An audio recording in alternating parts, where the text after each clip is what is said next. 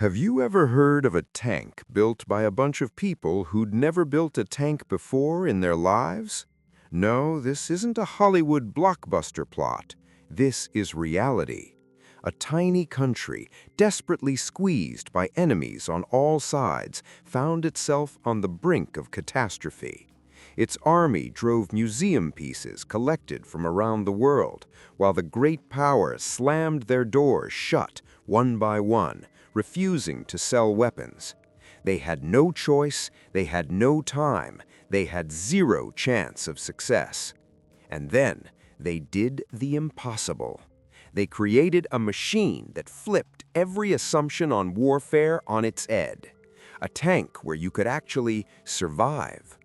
Its very first combat deployment shocked military experts worldwide, spawning controversial myths and classified reports.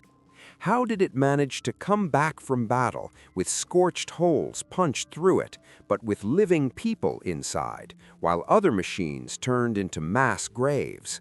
Why was its unique design considered both brilliant and ugly, and the engineer's decision seen as crazy? And how did this chariot, born from desperation, spend decades striking fear into its opponents, becoming a symbol not of destruction, but of salvation? Right now, you're going to learn the full, unvarnished story of the Merkava tank. We'll tell you about betrayal by allies, about a brilliant general who smashed through bureaucratic walls, about engineers who literally cut up old tanks in their garages, and about the terrible price hidden behind its legendary invulnerability. This isn't just a story about metal and guns. This is a story about how desperation breeds genius, and how true strength lies not in destroying, but in protecting. Watch until the end. The truth about the most unusual combat machine of the 20th century will surprise you. By the mid-1960s, the state of Israel hung by a thread. Picture a territory roughly half the size of the Moscow region, squeezed on all sides by hostile neighbors. But the external threat was only part of the problem. Inside the country, defense capability rested on a shaky foundation, a tank fleet that could only be called a traveling museum of world armored vehicles. Here stood French Renaults and Hotchkiss tanks side by side, hopelessly obsolete even before World War II began. British Cromwells and American Shermans obtained by any available means, purchase, exchange, and sometimes illegally. Each of these machines required its own spare parts, its own shells, its own trained mechanics, turning logistics into a nightmare. Later, more modern French AMX-13s, American M48s, and British Centurions slightly improved the situation, but it didn't change the essence. The army was forced to fight with a motley collection, making it vulnerable and unpredictable. Military command understood this couldn't continue. A country existing in a state of permanent threat desperately needed a single main battle tank, a machine that would become the backbone of armored forces, powerfully armed, excellently protected, and specifically designed for the harsh conditions of Middle Eastern deserts. The first path seemed obvious: buy a ready-made solution from abroad. Considering Israel had never built anything more complex than trucks, this was the only reasonable option. Negotiations began. The German Leopard 1 was eliminated almost immediately. Its mobility didn't compensate for weak protection. Hopes were placed on the British Chieftain. 2 tanks arrived for trials in the Negev desert, where Israeli tankers subjected them to inhuman loads, jumping over dunes, marching across rocky riverbeds, operating in 40 degrees heat. The machines literally fell apart, but provided invaluable data. Israel was ready for a major order. British industry was rubbing its hands in anticipation of long-term contracts, and then politics intervened. The British Foreign Office imposed a veto, stating that Israel was not peaceful enough to receive offensive weapons. This was the collapse of all plans. Doors slammed shut one after another. The Germans didn't suit, the French imposed an embargo after the Six-Day War, the Americans were consumed by Vietnam. By 1969, the country, surrounded by enemies, found itself in a technological blockade. Only one option remained, so absurd that nobody seriously considered it: create their own main battle tank from scratch. A task that took superpowers, years of work by giant design bureaus with colossal experience. Israel had none of these components. No experience, no time, no sufficient industrial capacity. There was only desperation and understanding that there was nowhere to retreat. And at this moment, a man stepped forward whose will and determination would turn a crazy idea into metal. The one who would lead this project was no desk theorist, but a combat officer whose life mirrored the history of the young state. His name was Israel Tal, or Yisrael Tal. Israel Tal was a living legend. He fought through World War II in North Africa, battling Rommel's Afrika Korps, then participated in all of Israel's wars, rising from private to commander of armored forces. He was a rare type of leader, someone equally skilled at leading soldiers into attack and breaking through any bureaucratic walls in ministry offices. His authority in the army and government was unquestionable, and it was exactly this charisma that became the locomotive that moved the National Tank Project off dead center. Tal didn't just believe in its necessity, he knew what it should be, based on bitter and bloody personal experience. The requirements he formulated were simple, radical, and completely broke with accepted tank-building logic worldwide. The first and main point: unprecedented crew protection. Not just thick armor, but an entire survival system. Tal's reasoning was ironclad. Israel is a small country where every trained tanker is worth their weight in gold. Losing a machine is serious, but losing a trained crew is an irreplaceable catastrophe for the nation. Second, the tank must carry a powerful gun capable of guaranteed destruction of any existing and prospective enemy machines. Third, it must be ideally adapted to the region's specifics: rocky deserts, mountain passes, and narrow valleys. And finally, fourth, a completely unexpected condition: the machine must be able to transport infantrymen inside, or more importantly, wounded soldiers. This revealed not only tactical savvy, but a deeply humane approach. Armor should serve to save lives, not just destroy them. With this clear vision, Tal approached the next, no less complex stage: approval.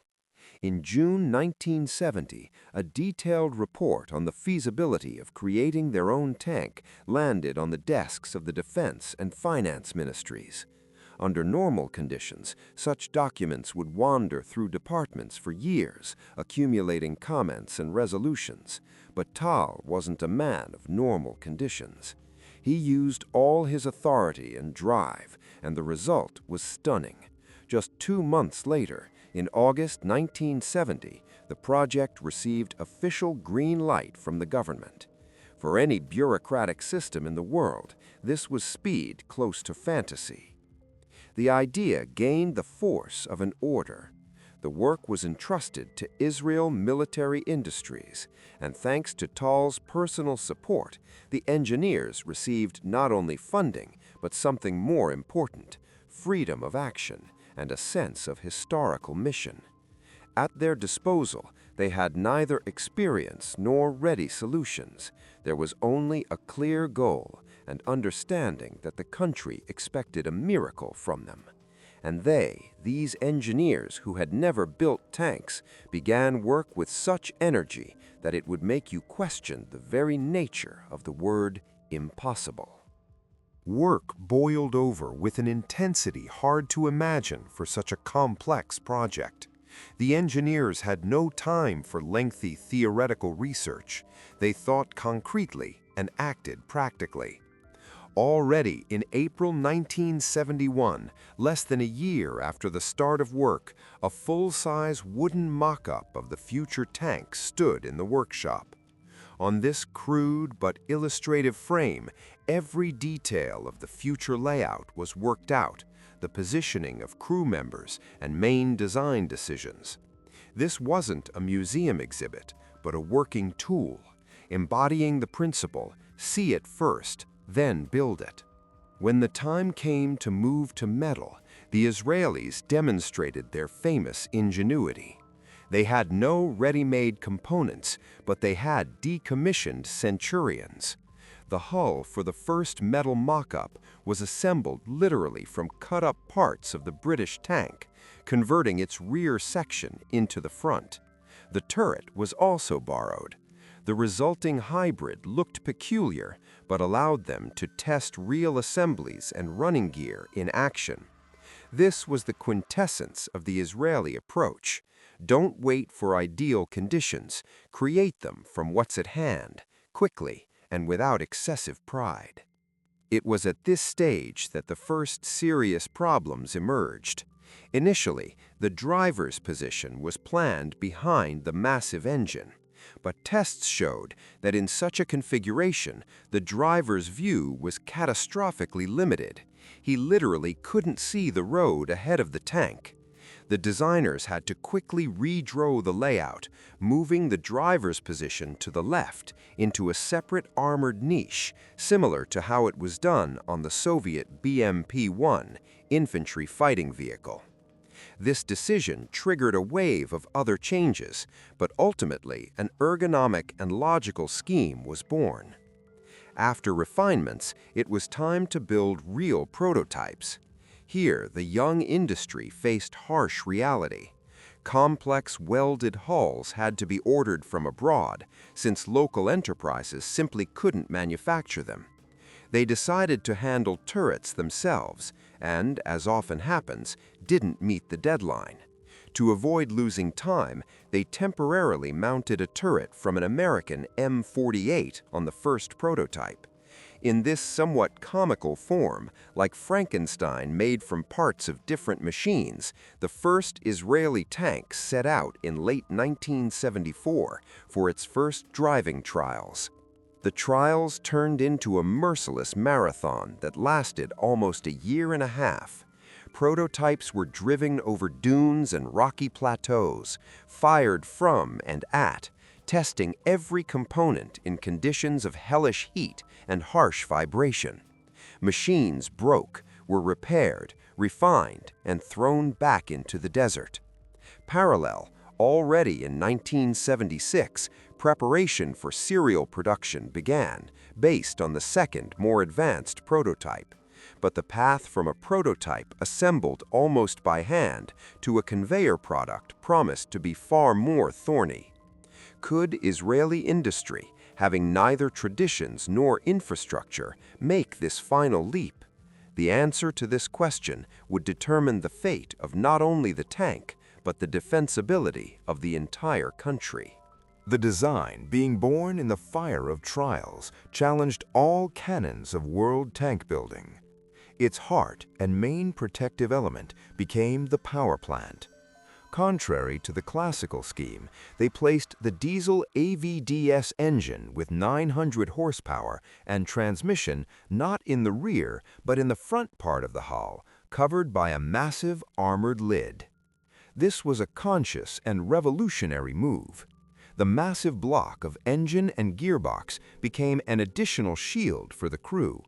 A shell that penetrated the frontal armor would first have to pass through this mechanical barrier, losing energy.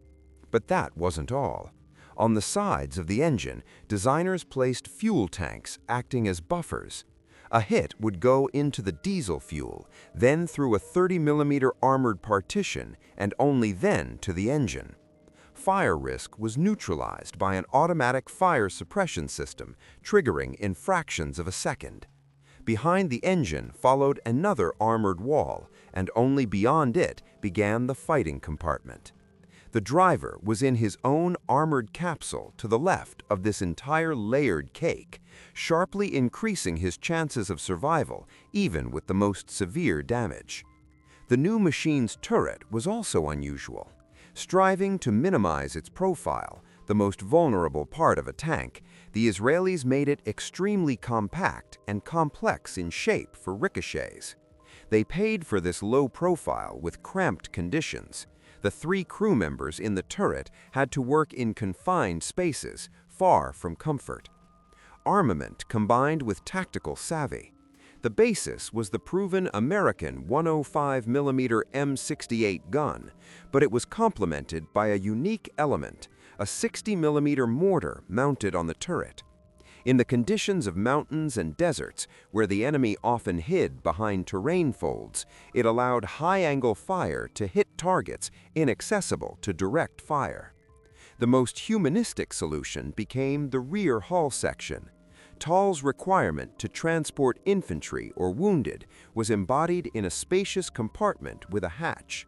This wasn't a troop compartment in the classical sense, but the ability to evacuate casualties under armor protection proved priceless. Even in choosing a seemingly secondary detail, suspension, the Israelis went their own way. While everyone in the world was switching to torsion bars, they chose an archaic, at first glance, spring suspension, developing Christie's ideas. The reason was purely practical. On rocky soils of the Middle East, such a system provided greater wheel travel and smoother ride. But most importantly, its components, mounted externally, could be replaced by the crew in several hours, while repair of internal torsion bars required factory conditions. These external elements additionally created a screen protecting the side from shaped charge jets. This entire combination of decisions formed into a unified philosophy running like a red thread through every blueprint. The ammunition load of 62 shells was distributed throughout the hull in special containers to minimize detonation risk. Every element, from fuel tank to suspension spring, worked toward one super task. The Merkava tank was created not as a soulless killing machine, but as the most protected fortress for the person inside. This was a complete reversal in priorities, not people for the tank, but tank for people. Its true power lay not in steel thickness, but in the thoughtfulness of survival systems. And soon, this philosophy would face testing in real hell. The trial by fire for the new machine came in June 1982 with the start of the large-scale Operation Peace for Galilee in Lebanon. About 1,200 tanks were concentrated on Israel's northern border, and almost 200 of them were brand new, unblooded Merkava Mark Is. They faced not a parade march, but a harsh confrontation in a foreign land cut by mountains and gorges. The enemy wasn't just regular units of the Syrian army armed with Soviet T-55s, T-62s, and formidable, then modern T-72s, but also numerous well-hidden militant groups saturated with portable anti-tank systems. Merkavas were thrown into the spearhead of attack, into the most difficult conditions, where a tank is most vulnerable. They had to storm fortified quarters of Lebanese cities, where every house could become a firing point, operate on narrow serpentines where maneuvering was almost impossible, and fight in valleys under crossfire. This was a real test not only of armor, but of the very concept born in Tel Aviv offices and Negev proving grounds. Machines burned, took hits from grenade launchers and guns, but continued fighting, and their crews continued completing their mission. When the dust of battle settled and dry results were tallied, military analysts had to acknowledge a phenomenon. Total irretrievable losses of armored vehicles for Israel amounted to 52 units. But inside this figure hid something incredible. Of all Merkavas deployed, only 7 machines were completely lost. Another 27 received heavy damage, but crucially were evacuated and later restored. However, the most stunning success was measured not in tons of knocked-out steel, but in saved lives. Among all crews fighting in Merkavas in that war, there wasn't a single fatality, 0 people. Against the backdrop of significant losses among tankers in Centurions and M48s, this result sounded like thunder from a clear sky. Tall's concept, his obsession with crew protection, the layout thought through to the smallest detail, with engine shield, buffer tanks, and distributed ammunition, all of it worked exactly as designed. Armor could be penetrated, but the multi-layered safety system inside the hull gave people precious seconds and centimeters for survival. This outstanding survivability almost immediately became overgrown with myths and hyperbole. Particularly popular in Western and Israeli press were colorful stories about how Merkavas cracked like nuts the newest Syrian T-72s, considered the pinnacle of Soviet tank building.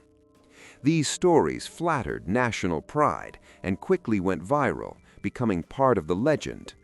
However, sober analysis of combat reports paints a different, no less impressive picture. Direct frontal clashes, tank duels between Merkavas and T-72s in that conflict were rare if they happened at all. The overwhelming majority of Syrian T-72s were destroyed by other means, mainly aviation and high-precision TOW anti-tank missile systems, whose crews operated from helicopters or remote positions. This is an important clarification. Merkava's main triumph wasn't a fantastic victory over another specific tank, but unprecedented resilience against the entire spectrum of threats, from shaped charge grenades to artillery shells, which ultimately led to 0 crew deaths. But war leaves no room for complacency. It's a merciless inspector, revealing every crack. And the Lebanese crucible, having proven the viability of the machine's philosophy, with the same clarity pointed out its weaknesses and inevitable compromises. Now that the main principle, crew first, had been confirmed by the highest authority, Israeli designers had to coldly and critically figure out at what price this success was achieved and where their steel chariot still remained vulnerable. The experience of battles in Lebanon removed rose-colored glasses and provided designers with invaluable, albeit harsh, material for analysis. The Merkava Mark I proved its main strength, phenomenal crew survivability, but along with it emerged obvious shortcomings conditioned by the very concept. The first and glaring issue was size. A tank born from the necessity to place a massive engine in front, a troop compartment in the rear, and distributed ammunition, turned out very tall and long. Against the backdrop of low-profile Soviet T-72s or even Western analogs, the Merkava looked like a real steel giant. Large dimensions meant greater probability of being hit, turning it into a noticeable target in open terrain, and no armor could fully compensate for this fundamental tactical disadvantage. The second serious problem, which became clear by the early 80s, was armament. The proven 105mm M68 gun, the NATO standard, began rapidly becoming obsolete. The world was already transitioning to 120mm caliber. Germans and Americans were implementing new, powerful smoothbore guns, and Soviet tanks had long crossed the threshold of 115 and 125mm. Against prospective tanks with composite armor, the Israeli gun's potential raised legitimate doubts. The third compromise concerned basic armor protection. The brilliant crew survival system was built around the idea of absorbing hit energy, but the absolute figures of frontal projection thickness, 60 to 90 millimeters on the hull, 65 millimeters on the turret, looked modest for a machine of the main battle tank class. After the first battles, armor began to be urgently reinforced with add-on steel screens, and later with explosive reactive armor blocks. To understand Merkava's uniqueness, it's useful to compare it with another tank born almost the same years on the other side of the ocean, the American M1 Abrams. The Abrams embodied classical, pure tank philosophy. It was lighter, had revolutionary for its time multi-layer composite armor, traditional layout with engine in the rear, and created with one priority: absolute superiority in mobile tank combat. It never even occurred to Americans to build a troop compartment into their tank. This was considered unnecessary deviation from the main task. Thus, the Merkava Mark I wasn't and didn't aspire to be the world's best tank in a classical sense.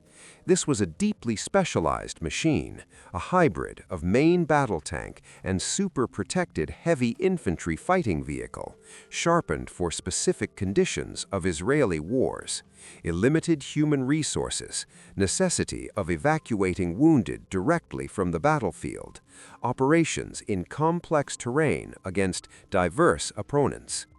Comparing it directly to the Abrams or T-80 would be incorrect. They solved different tactical problems. And most importantly, Israeli engineers were perfectly aware of all these compromises and shortcomings. Without waiting for the end of production of the first model, they were already working on its deep modernization. The Lebanon War became not the finale, but only the first act in this unusual machine's history, providing a clear action plan for years ahead. The Merkava was destined to evolve. Understanding their own weaknesses became for the Israeli program not a reason for doubt, but the most powerful driver of development. Work on improvements began even before the last Merkava Mark I's left the assembly shop. Experience acquired in Lebanese mountains and cities was immediately put to work, launching a unique philosophy of continuous, creeping modernization. First serial machines began returning to factories where additional add-on screens were mounted on them, observation devices improved, weak points strengthened. The tank began evolving right in the troops. This process logically resulted in creating a new, substantially refined version, the Merkava Mark II, which entered service already in the mid-80s. Its main distinction became radically reinforced armor protection, especially in frontal projection and on the turret, where characteristic cheeks appeared. Designers didn't simply add steel, but implemented new solutions answering the challenges of the times. Thus began a long chain of evolution. After Mark II would come Mark III, with the long-awaited 120mm smoothbore gun of domestic development, new power plant, and modular armor. Then Mark IV, with digital, network-centric equipment, most powerful engine, and active protection systems. Each new modification wasn't a revolutionary break with the past, but a natural development of the original, brilliantly proven concept. As a result, Merkava ceased being simply a tank.